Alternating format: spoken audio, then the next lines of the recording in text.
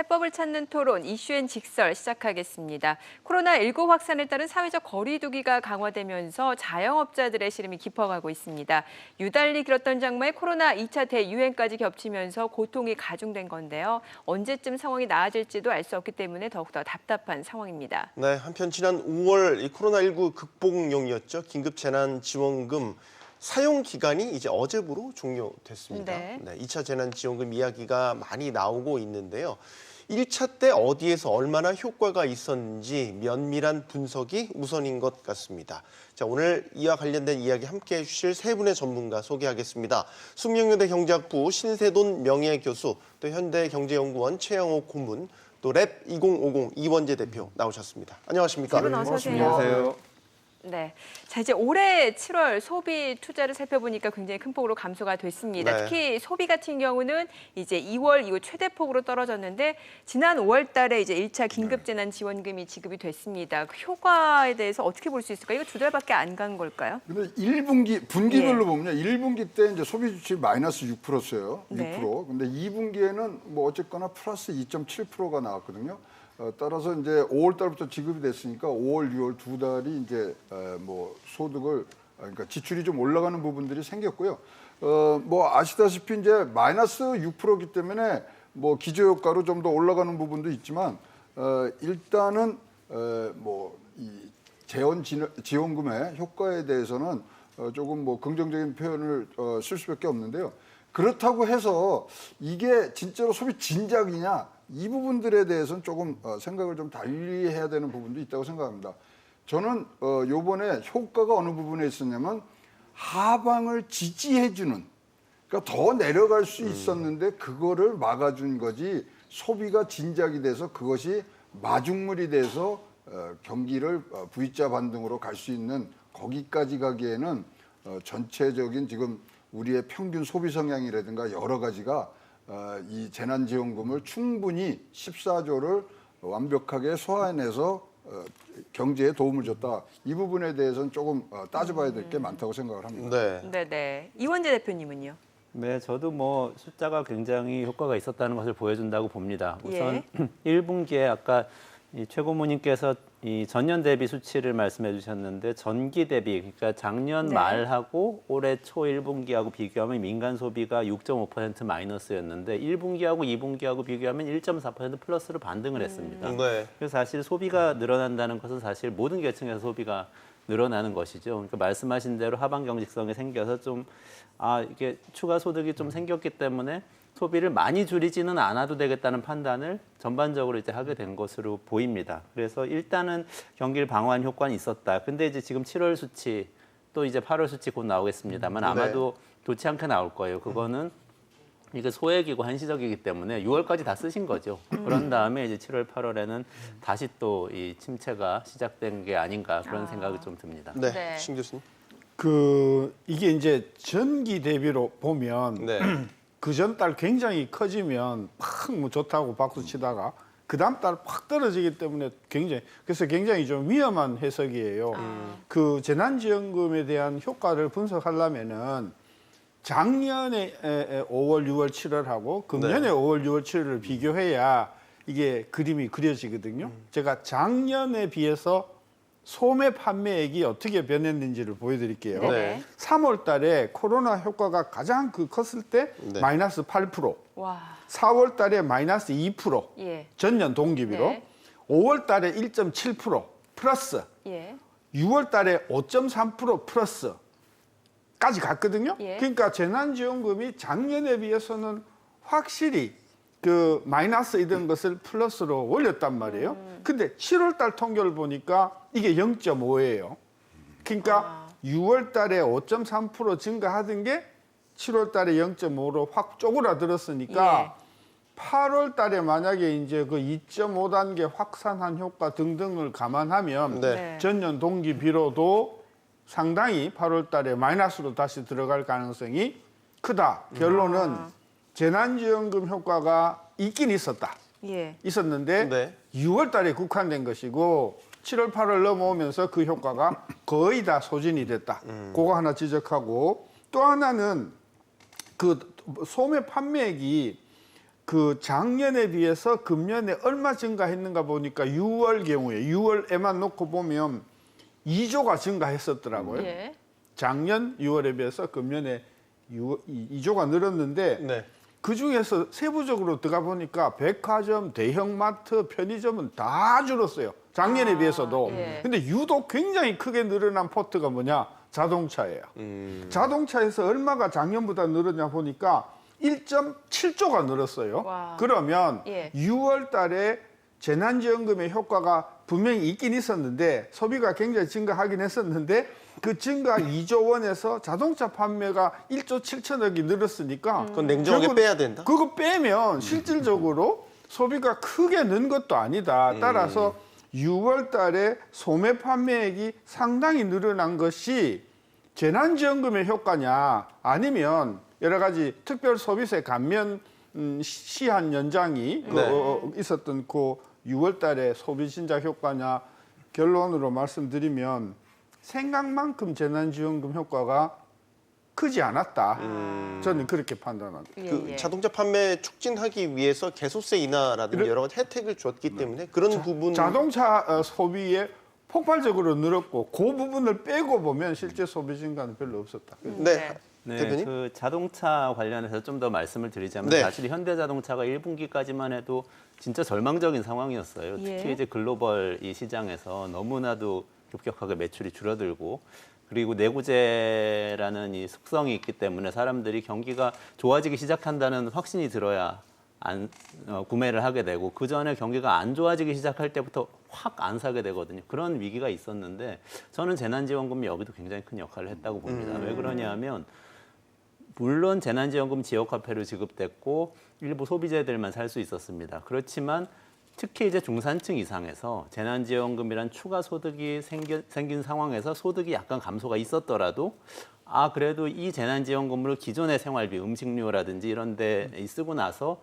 자동차 개소세, 특소세 인하까지 있으니까 그 소비세 인하된 혜택까지 볼 수도 있겠다. 신차 보조금 받으면서 살 수 있겠다. 이런 판단을 할 수 있게 해준 것 같아요. 그래서 네. 이제 이게 재난지원금이 일종의 저소득층의 소득을 보전해주는 사회보장 효과도 있었지만 확실하게 중산층 이상에서의 소비 촉진 효과도 있었다. 그걸 보여주는 게 저는 오히려 자동차 판매이라고 봅니다. 한 가지만 네. 예. 더 지적할게요.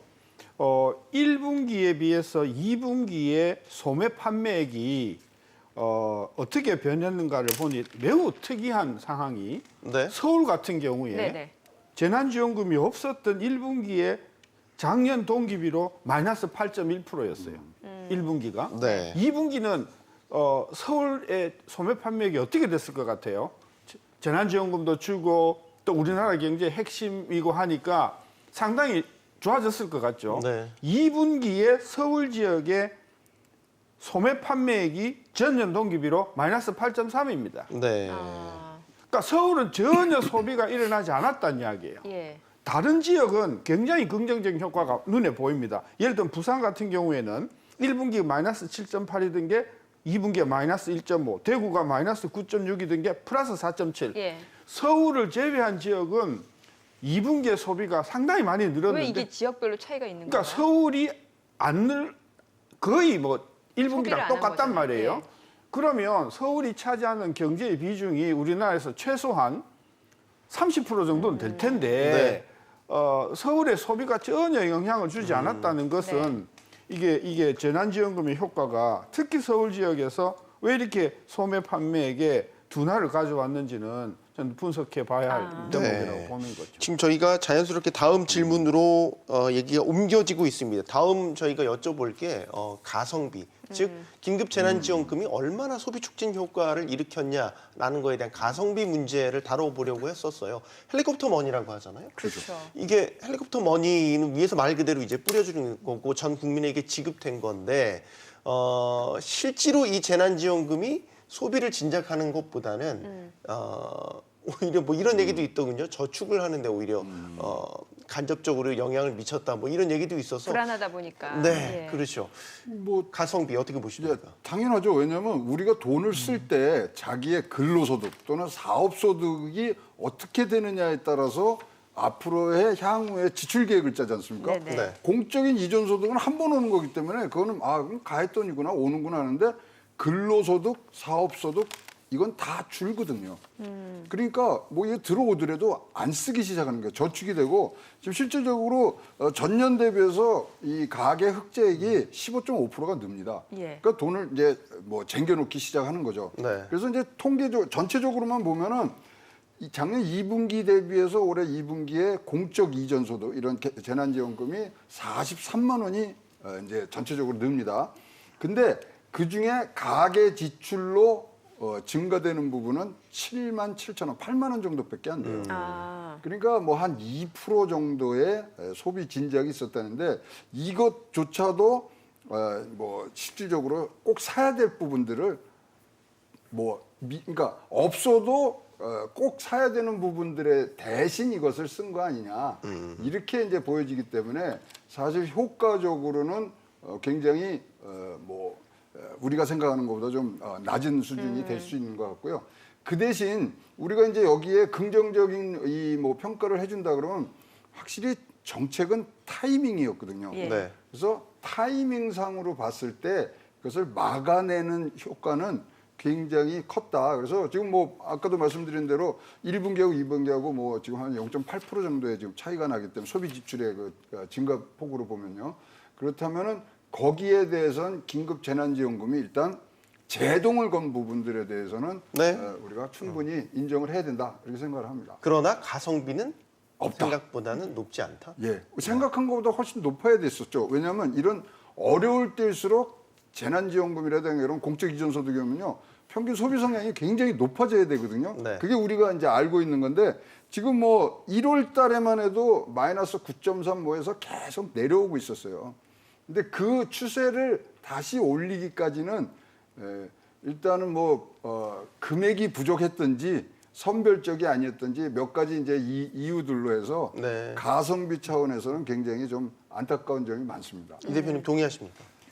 저는 뭐 동의는 하지 않고요. 일단 네. 가성비가 낮다는 통계가 정확하게 아직 나오지 않은 것 같아요. 이 새로운 소비가 창출됐는지 안 됐는지 뭐 이런 통계가 사실은 어제까지 재난지원금 이 사용 유효 기간이었기 때문에 네. 그 뒤에 좀 정확하게 연구가 될 거라고 보고요. 무엇보다도 2분기에 경제 성장률을 방어하는 데 굉장한 역할을 했다는 것을 부인할 수는 없습니다. 첫 번째로 수출이 사실 마이너스 16%였어요. 이건 네. 정말 수출 주도적인 우리나라에서는 재앙적인 상황이었는데 경제 성장률 마이너스 3.3%로 방어를 했다고 정부에서도 굉장히 크게 홍보를 했고 OECD 국가들 중에서도 그래도 덜 떨어진 편이라고 굉장히 많이 홍보를 했는데 그거는 민간 소비가 그래도 플러스였기 때문에 그런 겁니다. 여기에는 재난지원금이 역할을 했고 특히 중산층 이상에서의 소비도 촉진을 했다는 것을 아마 나중에 저는 데이터를 보게 될 거라고 생각을 합니다. 네. 여기에 더해서 지역별 이제 불균형 이 사용에 대해서 신 교수님께서 말씀을 하셨는데 저는 이게 오히려 좀 긍정적인 것 같아요. 왜냐하면 서울 수도권이 소득이 상대적으로 높은 지역이고 상대적으로 다른 지역은 상대적으로 소득이 낮은 지역이고 네. 재난지원금은 지역화폐로 지급이 됐단 말이죠. 그러니까 자기 동네에서 특히 이제 음식료품 사는데 많이 사용하라고 사실은 이 지급이 된 거란 말이죠. 그리고 사실은 그 지역에서 그렇지 않았더라면 굉장히 많이 무너질 수 있었던 지역 경제를 방어하는 효과가 있었다. 저는 오히려 이게 보편적으로 지급이 됐지만 어쩌면 효과는 선별적으로 그다지 경제가 이 좋은 전망이 아니었던 지역에서 경기 방어하는 역할을 한 게 아닌가 이런 생각을 좀 하고 있습니다. 네. 교수님께서 가성비에 대해서. 할 말이 많은데요. 딱 한 가지만 지적하면 네. 특히 그 재난지원금이 그 사람의 소득에 상관없이 그냥 지어졌잖아요. 그렇죠, 예. 그러니까 1분 일을 보나 5분 일을 보나 거의 동일한 금액이더라고요. 근데 1분기에도 공적 이전 자원이 가구당 한 45만 원이 이미 지급이 됐었어요. 2분기에 이게 이제 1차 재난지원금이 포함이 되어서 78만 원으로 된 거예요. 그러니까 가구당 한 30만 원 조금 넘어서 이렇게 증가된 거예요. 네. 그렇게 증가를 시키는 것이 소득 양극화의 해소나 또 진짜 그 경제의 어떤 그런 그 뭐라 그럴까 활성화에 저는 별로 효과적이지 않다는 게 이번에 저는 아주 드러났다. 저는 그래 생각을 해서 네. 우리 갑론을박하기 전에 그 뭐 여론조사 회사가 얼마나 많아요. 저는 재난지원금을 가지고 한 2천 내지 5천 정도의 가구를 대상으로 네. 어디다 쓰셨습니까? 하는 부분을 지역별로 좀 조사를 하자. 국가 차원에서. 그래서 재난지원금을 드렸더니 가난한 사람은 주로 어디다 쓰고 형편이 괜찮은 사람은 어디다 쓰고 한 거를 이번에 확실하게 좀 규명을 하고 나서 2차 재난지원금을 다 줄 건지 예. 또 일부만 줄 건지를 이번에 더 이상 논란하지 말고 확실하게 좀 조사를 했으면 좋겠고요. 예.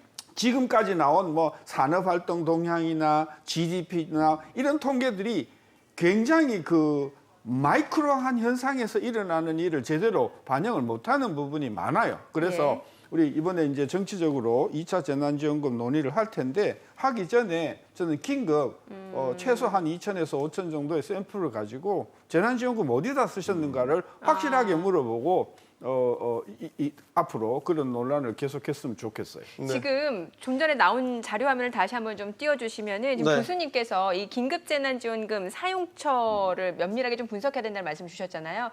이게 지금 자료가 이제 5월 말에 외식업 예. 중앙회에서 조사를 한 결과인데요. 달 기준이에요. 네, 재난지원금을 어디에 썼냐라는 것을 조사해 봤었을 때, 저게 완벽한 자료는 아니겠지만 뭐 그래도 의미가 있다고 봅니다. 음식점, 마트, 식료품, 의류, 잡화, 뭐 병원, 약국에도 10% 이상. 근데 예. 저게 부족한 게 네. 예를 들어서 음식점을 갔단 말이에요. 네. 갔는데 늘 가던 사람이에요. 예. 늘 가던 사람인데 재난지원금으로 몇 번이나 더 갔냐라고 하는 게 중요한 거죠. 네, 그렇죠. 그죠? 그리고 음식품 아니 재난지원금을 안 줘도 우리가 식당에 가는 거고 안 줘도 우리가 가서 마트 가는 건데 한 번 갈 거 두 번 간다라는. 재난지원금을 주니까 라면을 몇 개 더 드셨냐 이걸 물어봐야 되는 거예요. 그러니까 저희가 재난지원금이 가성비를 따질 때 자기가 원래 쓰려고 했던 돈에다가 플러스 알파가 되기를 대부분이 원했었는데. 그런 거라고 지금 우리가 추정하는 것이 안 줘도 갔을 건데 이게 주니까 한두 번 더 갔을지는 몰라도 네. 이게 추가적으로 소비 진작 효과는 있었는가에 대해서 우리 갑론을박하지 말고 여야가 모여서 이 부분을 확실하게 조사를 한 다음에 2차 재난지원금을 줄 때 그걸 반영해서 누구를 줄 건지 얼마를 줄 건지 뭐에 연계할 건지 이런 부분을 검토하는 작업이 꼭 필요하다고 봅니다. 네. 네. 이제 관련된 그 자료가 하나 이제 나라에서 네. 나온 게 있는데 이제 이전 소득이 얼마냐에 따라서 이게 크거든요. 그렇죠. 근데 일본이들은 이전 소득 평균 내면 29만 4천 원을 받습니다. 공적 예. 이전 평균이. 근데 소비 지출이 4만 7천 원밖에 안 돼요. 근데 4분의 1을 보면 56만 원 정도를 받습니다. 예. 네. 평균적으로. 근데 30만 원을 지금 쓰거든요. 그러니까 소비 패턴이 분위별로도 다 다릅니다. 아까 나온 그 자료는 카드를 어떻게 썼냐 그 부분을 분석한 부분이기 때문에 그 외에 지역화폐라든가 뭐 여러 가지들을 이게 진짜로 분석이 돼야지만 그 다음 단계로 넘어갈 수 있는 부분이고요. 이제 과연 이제 2차에 대한 우리가 이제 뭐 논란이 많은데 그 부분에서 가장 중요한 것은 과연 이게 내년도에 지금 어차피 마이너스입니다. 내년도에 진짜로 V자 반등을 할 수 있느냐? 경제가 V자 반등을 하는 그러니까 잘 나갈 때 더 크게 만드는 경제가 승리하는 경제거든요. 그래서 지금 뭐 이렇게 떨어지지 않는 지지 않는 경제로 가는 게 아니라 우리가 네. 이기는 경제로 가려 그러면 어떻게 해야 되느냐? 저게 충분한 답이 있다고 생각합니다. 그래서 신 교수님의 제안에 적극 동의합니다. 네. 네. 제가 이 가성비에 네, 네, 대해서 얘기할 때 꼭 예. 얘기해야 된다고 생각하는 건 이런 겁니다. 지금 우리가 재난지원금 14조 원 정도 나간 거에 대해서만 얘기하고 있지 않습니까? 네. 근데 우리나라 1년 이 올해 정부 예산이 아마 550조 원 정도 될 것으로 예상이 되고 추경까지 포함해서 그리고 사실 코로나 대책으로 패키지를 정부가 발표한 것만 다 합쳐도 중복되는 거 다 빼고 모두 다 발랐는데도 사실은 100조 원 정도. 네네. 그리고 뭐 중복되는 거 합치고 발표한 그냥 총액으로 따지면 200조 원 정도가 된단 말이죠. 근데 우리 재난지원금 12조 원에 14조 원의 소비 효과에 대해서 얘기하고 있는 이유는 뭐냐 하면 이게 소비 효과가 있기 때문입니다. 다른 것들은 소비 효과가 없는 거예요. 아마도 다른 것들은 좀 다른 방식으로 이제 효과가 나타나겠죠. 길게 나타날 수는 있습니다. 뭐 예를 들면 정부가 공공 인프라에 투자한 것이 1년 뒤, 2년 뒤에 효과가 나타난다든지 또는 뭐 이 실업 대책이라든지 요즘 준비하고 있는 뭐 국민 전 프리랜서들에게 지원금 주고 있는 것, 자영업자들에게 대출해주고 있는 것 이런 것들이 이제 당장 사업체를 문을 안 닫고 가고 있기 때문에 나중에 뭐 1년 뒤에 다시 성장세가 시작될 때 여기서 좀 더 생산이 나와서 성장률에 기여를 하고 이런 게 생길 수는 있는데 지금 당장 네. 경기를 무엇이 방어하고 있는가? 재난지원금이 방어하고 있는 거예요. 다른 것들이 효과가 별로 없는 겁니다. 저는 가성비를 얘기할 때는 다른 것들과 이것 재난지원금을 비교하면서 가성비를 따져봐야 된다고 생각합니다. 그러니까 뭔가 급한 불을 끄기 위한 소방수 역할은 톡톡했다라는 그렇습니다. 거죠. 예, 예. 다른 것들은 그런 효과가 굉장히 낮은 거죠. 네, 우리 신 교수님. 정유한인 우리 이 대표님의 한 말씀 드리면 우리나라 경제가 GDP로 2,000조거든요. 예. GDP는 부가가치 기준이란 말이에요. 그럼 매출로 보면 얼마냐? 보통 매출은 부가가치의 4배 정도 된다고 보면 돼요. 그럼 우리나라 경제는 1년에 8,000조 정도가 네. 거래가 돼요. 네. 그러다가 지하경제까지 합하면 한 1경쯤 된다고 본단 말입니다. 우리나라 경제는 1년에 거래가 1경쯤 일어나고 있고 한 달로 따져도 한 1,000조 가까운 돈이 거래가 되고 있는데 코로나 사태가 얼마만큼 충격을 줬을까? 10%만 잡읍시다. 예. 코로나 때문에 우리 경제의 거래가 10% 정도만 위축이 되었다고 가정을 하더라도 1경에서 10%면 1,000조의 네. 매출이 줄어든 거예요.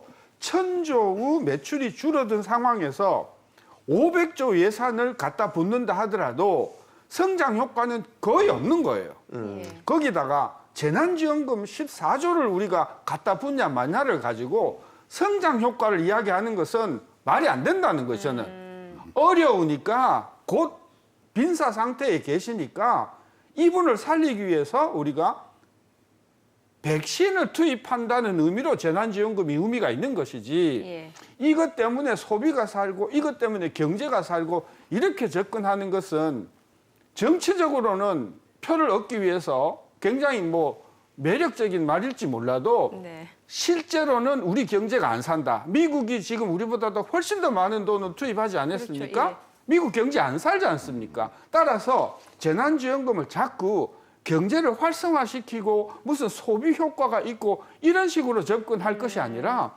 정말 어려운 분이 누군가 예. 그 어려운 분에게 어려운 것을 해결해 주는 쪽으로 접근을 하고 그것이 필요하다면 14조가 아니라 50조가 되더라도 좋다. 저는 그래서 재난지원금을 주면서 자꾸 성장률 이야기하는 것은 저는 매우 못마땅한 이야기다. 그 제가 강조하고 싶어요. 그러니까 알겠습니다. 뭔가 적재적소에 선별적으로 좀 지급이 돼야 된다라는 거네요. 그렇죠. 예. 지금 코로나 때문에 정말 그 생존의 벼랑에 서 있는 분들이 수십만 명이란 말이에요. 그렇죠? 예. 네, 그런 어려움으로 접근해야지. 이걸 뭐 성장 효과를 자꾸 따지는 것 자체는 우리 경제 현실을 너무 모르는 이야기다. 저 그거 비판하고 네. 그래도 여쭤봐야 될 것 같아요. 경제 성장률이 어떤 도움이 돼야 되는지. 왜냐하면 다음 질문이 그 긴급재난지원금 1조 원을 이제 그렇게 직접 지급을 하게 되면은 그의 실질 GDP가 2천억 원 늘어나는 데 비해서 뭐 정부가 직접 소비를 하게 되면은 8,500억 원 효과가 나타난다고 해요. 그러면 직접 투자가 뭐 가성비로 봤을 때는 더 경제 성장률에 도움이 되지 않을까라는 얘기인데 사실 교수님께서는 이 질문도 마음에 안 드시죠? 네. 예, 이 경제 성장률을 논하면 안 된다는 첫째요. 거죠. 정확하지도 않고요. 또 8,500억이 아니라 8조 5천억의 소비 효과가 있다 하더라도 일경의 경제 규모에서 코로나와 같은 아까 가정을 10%만 해도 첨조 아닙니까? 예. 사실은 30% 40% 무너진 기업들이 많단 말이에요. 그러니까 코로나는 정말 이게 하나의 전쟁 상태다라고 접근해야 된다. 저는 그런 차원에서 기본소득이나 그런 차원에서 재난지원금을 접근하는 것은 좋은데 성장률 갖고 이야기하는 네. 것에 대해서는 매우 못마땅하다 그런 이야기입니다. 그래도 두 분은 네. 또 최든 교수님 말씀에 예. 이어서 제가 조금 네네. 말씀드리고 넘겨드리겠습니다. 저기 지금 질문하신 거하고 연결이 되는 예. 거예요. 긴급재난지원금을 1조 원 지급하면 GDP가 뭐 얼마 예. 늘어나는데 뭐 정부가 직접 직접 투자하면 하면 얼마 더 늘어난다. 늘어난다. 이런 얘기하는 거는 예. 되게 전문적으로 들리죠. 근데 이게 굉장히 사실 무식한 얘기인데 뭐냐면 댐 지으면 댐이 생긴다 이런 얘기입니다. 아, 댐 그러니까 지으면 결국 시간이 댐이 지나야 되는 생기는데 거고. 돈으로 주면 어디로 갔는지 모르지 않냐 이런 종류의 얘기나 마찬가지예요. 자, 일본이 일본이 잃어버린 20년이라는 걸 겪었지 않습니까? 예, 그리고 예. 아직도 그 연장선에 있어요. 1990년부터 2010년대까지 계속해서 불황이었단 말이죠. 그동안에 근데 그 전에 쌓아놓은 부가 있기 때문에 정부에서 지금 우리나라가 그 초입하고 좀 비슷한 상황인데요. 정부에서 이 국채를 굉장히 많이 발행하고 돈을 여기저기서 끌어들여가지고 많은 투자를 했습니다. 일본 정부가 도로도 짓고 댐도 짓고 마을마다 마을 공동체 만들라고 공동체 지원금도 주고 기업도 다 쓰러져가는 기업들 계속 망하지 않도록 계속 지원금 주고 20년 동안 했는데 안 살아났단 말이죠. 구조적인 변화가 필요하다는데 저는 신 교수님 말씀에 전적으로 동의를 합니다. 네네. 그러니까 이게 지원금을 한번 주니까 경기가 살아났다 이렇게 얘기할 게 아니고 예. 지원금도 주고 뭐도 하고 뭐도 했는데 결과적으로 시장에서 거래가 많이 일어나서 경제가 살아났다 이렇게 돼야 되는 것이거든요. 그렇죠. 근데 이제 긴급 재난지원금의 효과를 얘기할 때 다른 인프라 투자에 비해서 재정승수 효과가 낮다고 이야기하는 것은 다른 인프라 투자를 하자는 것인데 그거는 일본 방식으로 가는 거예요. 정부가 좋다고 생각하는 것들을 하는 겁니다. 댐을 짓고 뭐 도로를 짓고 이런 것들을 하면 당장은 일자리가 생깁니다. 근데 문제가 뭐냐면 나중에 보니까 그 도로가 필요가 없어요. 몇 천억 들여가지고 만든 도로가 필요 없고 몇 조 들여서 만든 사회 인프라 시설들이 다 쓸모없게 과잉 투자한 걸로 나타나니까 나중에 네. 남는 건 콘크리트란 말이죠. 제가 말씀드리고 싶은 것은 소득을 증대를 시켜주면 직접 현금을 지급해서 재난지원금이든 기본소득이든 이런 방식으로 주면 그 돈은 어쨌든 소비자가 판단해서 시장에서 사용을 하게 됩니다. 그러면 시장에서 기업이든 자영업자든 간에 뭔가를 그 소비자 구미에 맞추기 위해서 뭔가 해야 되는 인센티브가 생겨요. 그러면 장사를 하게 되고 물건을 만들게 되고 자동차를 팔게 되고 소고기를 팔게 되고 이렇게 되는 거고 그러면서 이제 이게 자극이 돼서 시장이 살아나게 되는 것이고 그런 방식으로 돈을 쓰면서 우리나라 경제 구조를 바꿔 나가야 된다 이런 관점에서 봐야지 당장 댐을 지으면 일자리가 1000개 생기니까 댐을 짓자 이런 방식으로 접근을 하면 안 된다는 것을 제가 말씀드리고 싶습니다. 네. 정부 투자나 정부 소비는 사실 한 3년 차까지 가야 효과가 나타납니다. 그래서 네. 지금 긴급 재난지원금의 성격이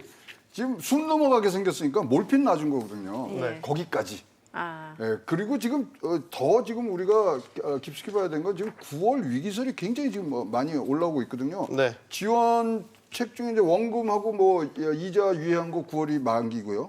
그다음에 고용유지 지원금이라든가 긴급 고용안전자금 뭐 이런 것들이 다 9월 말이면은 만기가 되거든요. 네. 그러면 그때부터 어떻게 할 것이냐. 이런 것들이 지금 사실은 우리가 논의가 돼야 되고 재난 지원 이 지원금이 사실 이 경제 정책이냐 뭐 복지 정책이냐 이제 그거는 뒤로 놔둬야 됩니다. 저는 충분히 타이밍적으로 할 일을 했고 그 다음에는 전체적인 구조 개편이라든가 산업성에 연결된 부분들로 우리가 빨리 옮겨 타야 되는 부분. 그래야 9월 위기설을 우리가 또 잠재우고 넘어갈 수 있는 그런 상황이라고 보여지기 때문에 네. 국회에서 이제 재난지원금 주는 거에 대해서 지금 뭐 왈가왈부 얘기가 많습니다만은 지금 이제 내년도 예산도 하고 있고 본 예산을 짜고 있는 상황에서는 이제 앞으로 이게 끝났을 때 어떻게 해야 되느냐에 대해서 국민들을 설득하는 과정이고 그것을 수치화해서 내놓는 게 국회의원들의 지금 역할이라고 생각을 합니다. 네. 네. 자, 자연스럽게 또 2차, 그럼 2차 재난지원금 지급 규모, 지급 방법 이런 것들을 두고 지금 논의가 빨라지고 있는데 의견이 갈리고 있는 것도 아실 것 같습니다. 1차 때처럼 전 국민에게 지급을 할 것이냐 아니면 선별적으로 지급을 할 것이냐 이 방법론적인 것을 두고도 지금 정치권, 정부 말이 많은 것 같습니다. 의견 들어봐야 될 것 같습니다. 이 대표님부터 의견 들어볼까요? 저는 뭐 일단 선별 지급하는 게 지금 가능하지가 않다고 봅니다. 예를 들면 고용노동부에서 최근에 프리랜서 지원금이라는 것을 선별 지급을 하겠다고 했었는데요. 그게 예를 들면 이런 식입니다. 작년에 프리랜서들이 굉장히 많은데 작년에 소득이 있다가 코로나가 닥쳐온 이후인 올해 2월, 3월, 4월에 소득이 감소했던 사람들의 한정해서 150만 원까지 지원금을 준다 이렇게 발표를 했어요. 네.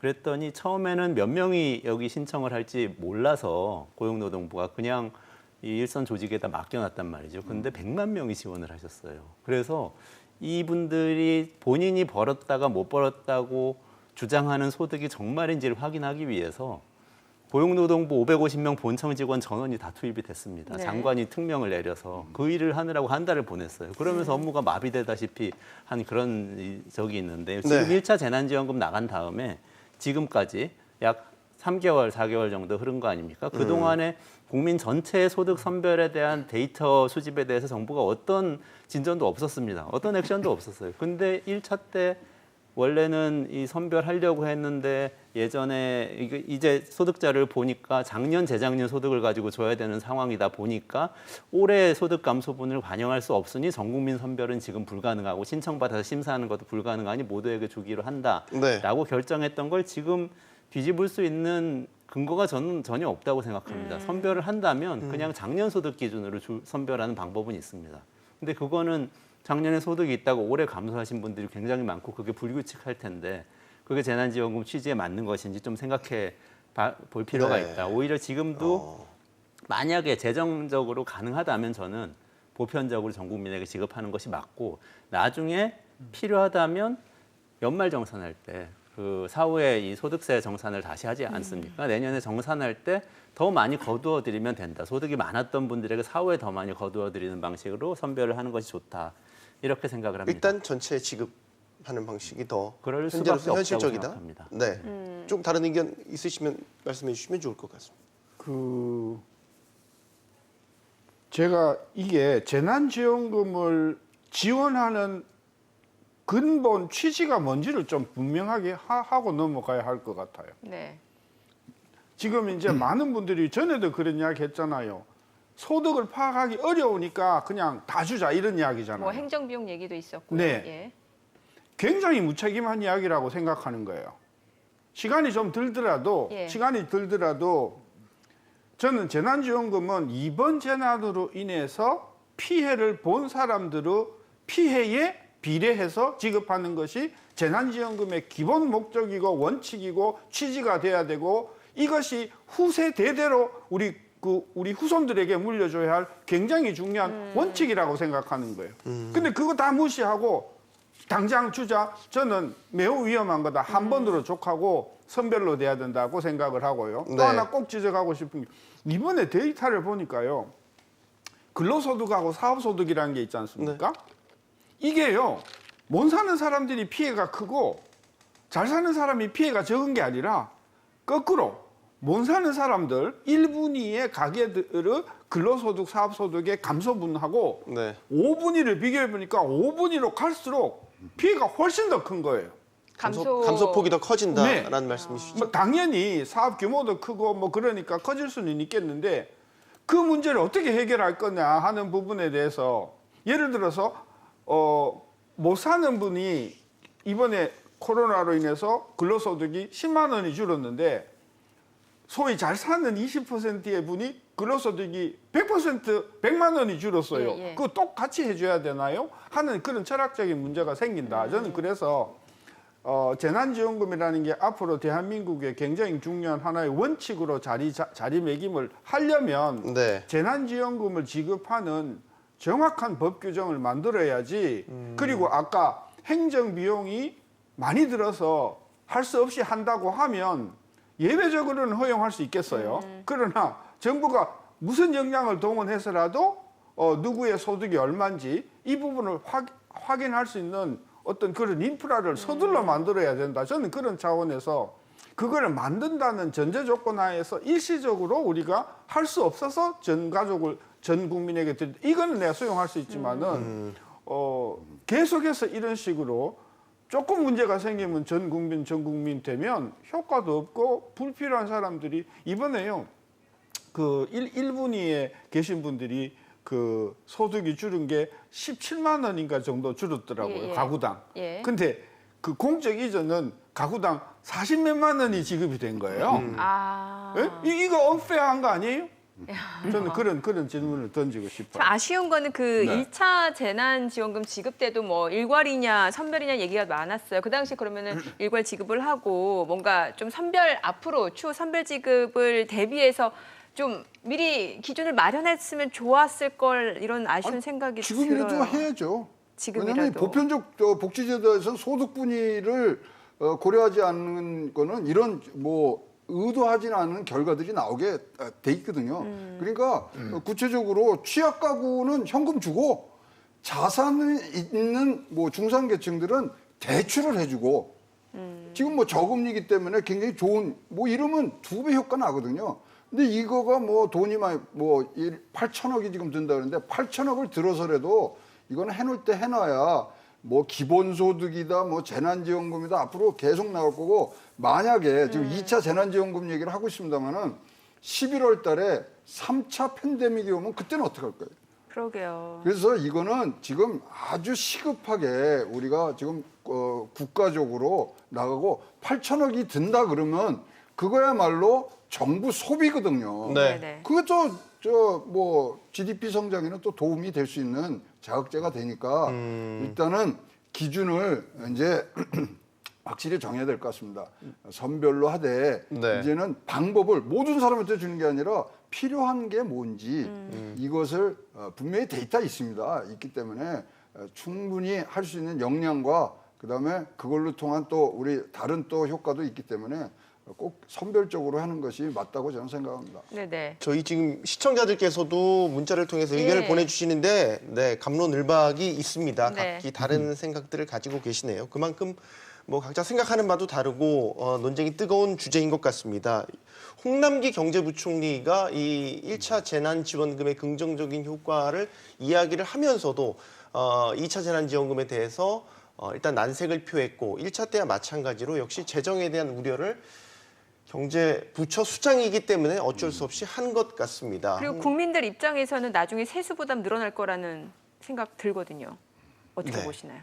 저는 이게 이 기획재정부에서 보수적으로 얘기하는 거는 다른 우려가 좀 있는 것 같아요. 다른 우려? 네, 이게 기본소득제 논의하고 좀 연결이 돼 있어요. 아. 기본소득제는 사회보장제도 자체를 전반적으로 개혁하자 이런 얘기잖아요. 그래서 여러 가지 복잡한 수당이 있는데 하나로 좀 통합하면서 모든 사람에게 보편적으로 최소한의 어떤 이 소득을 보장을 해주는 제도를 아예 도입하자 그런 거죠. 말하자면 재난지원금을 구조화해서 말씀들 하신 대로 네. 좀 뭐 선별을 해서 뭐 어려운 사람에게 더 주든 모든 사람에게 똑같이 주든 어떤 식으로든 이거를 체계적으로 단순하게 만들자 이런 얘기가 이제 기본소득제 논의거든요. 기획재정부는 그거 하기 싫어합니다. 왜냐하면 지금 있는 제도를 가지고 이제 좀 더 운용을 하고 싶거든요. 사실 1차 때도 처음에는 반대. 예, 맞아요. 그것 때문에 입장이었죠. 반대를 했다고 저는 생각하는데 저는 네. 반대로 이럴 때 좀 더 전향적으로 이번 정부가 기본소득제에 대한 논의를 해야 된다고 생각합니다. 네. 지금 여러 가지 논의가 나와 있어요. 보수 정당이라고 하는 미래통합당에서도 기본소득제를 주장하면서 조금 이 보편 지급이 아니고 이 어려운 분들에게 더 주는 방식으로 소득을 파악해서 더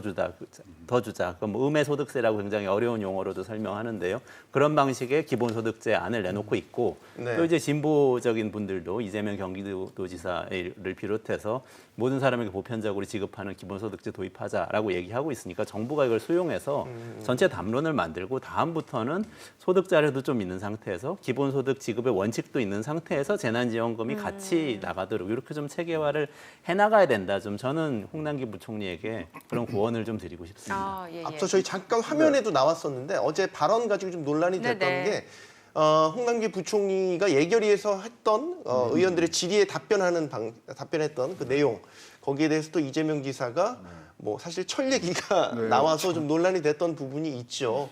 전 국민 지급에 대한 어떻게 보면 감론을박 과정에서 나온 얘기였습니다. 뭐 철이 있니 없니 뭐 저랬는데 자 지금은 사실 제로 베이스에서 다시 이거를 검토해야 됩니다. 왜냐하면 지금 3차 추경이라든가 하반기 모든 경제 운영 방향이 V자 반등을 전제로 해서 했거든요. 예, 예. 그거 이제 벌써 사라진 지 오래입니다. 따라 그렇다면은 지금까지 나와 있는 것들 다시 한번 봐야 돼요.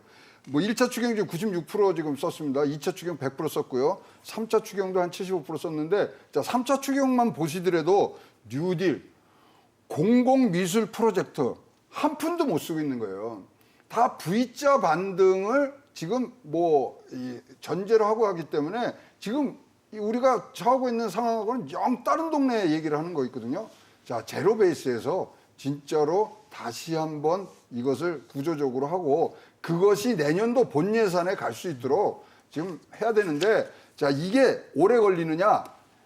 관계자들 3시간만 앉아서 얘기하면 다 나올 수 있는 얘기입니다. 아, 그래요? 이것은 진짜로 뭐 그 방향이 또 다른 방향이 나오면 대통령이 긴급재정 명령권을 내려서라도 가는 방향으로 국가의 생산성과 이 다시 호경기가 왔을 때 퀀텀 점프를 할 수 있는 나라의 근간을 만드는 부분들로 재정 방향과 통합 정책에 대한 근본적인 수정이 지금 필요하다고 생각합니다. 네네. 교수님은요? 이게 코로나는 현대판 전쟁이다. 예, 저만 해도 전쟁을 경험하지 않은 세대라서 전쟁 이야기하면 남의 이야기인데 저는 참 난 50년대에 태어나서 좀 다행이라고 생각하고 전쟁 없는 그런 세대에 태어나서 다행이라고 생각했는데 엉뚱하니 다른 종류의 이제 전쟁에 취해 있어요. 예. 그래서 이 코로나에 대한 대책은 특이한 예외적인 상황이라고 가정을 하고 논외로 하자. 네. 따라서 재난지원금을 원칙을 세우고 규모가 얼마가 들어가든지 간에 이 부분에 대해서는 여야 합의를 통해서 필요하다면 4차, 뭐 아까 3차, 4차 확산이 오면 그때 가서 5차, 6차 추경을 해서라도 이 문제는 해결하자. 그거는 제가 동의를 하는데 근본적으로 코로나 전서부터 근로소득, 사업소득이 계속 무너지고 있었던 상황이었단 말이에요. 네. 그러니까 우리나라 경제가 구조적으로 여러 가지 문제를 갖고 있었는데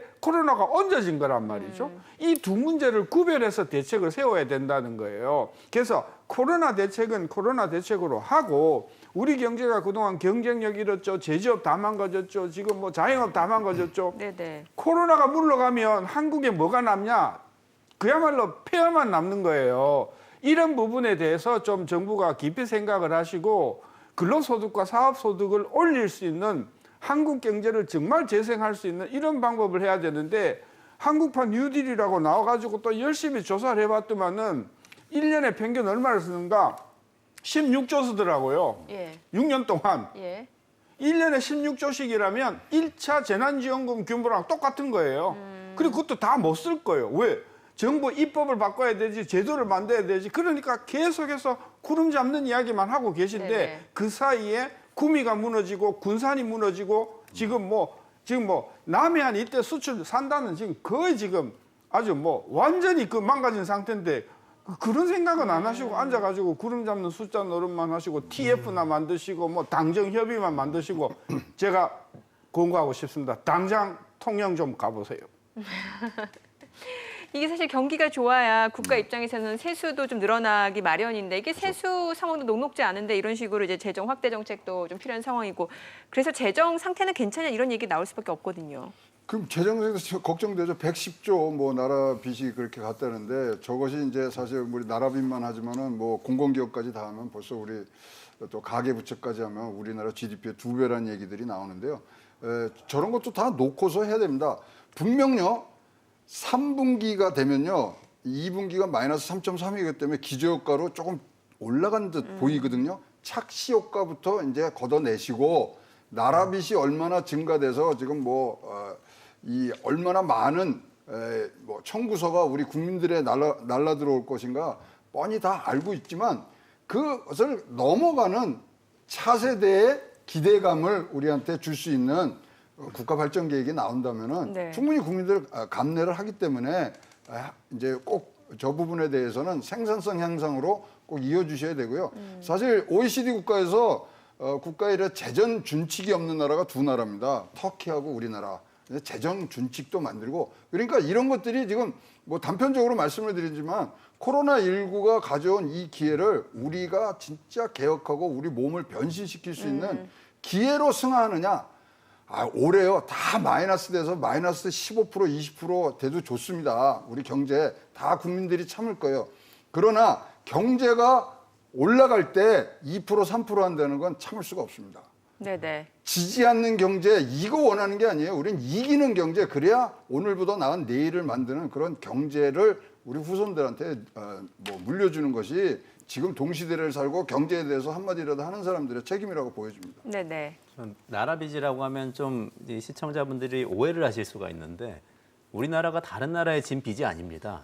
국채 발행을 얘기하는 거거든요. 실제 국채 잔액 중에서 외국이 가지고 있는 건 한 10% 정도밖에 안 됩니다. 우리나라의 경우에는 내국인들이 많이 가지고 있어요. 그리고 점점 더 많이 보유하고 있는 게 누구냐? 국민연금이라든지 이런 공적 기금입니다. 굉장히 규모가 크지 않습니까? 몇백조 원씩 되는 기금이니까 국채 투자를 굉장히 많이 해요.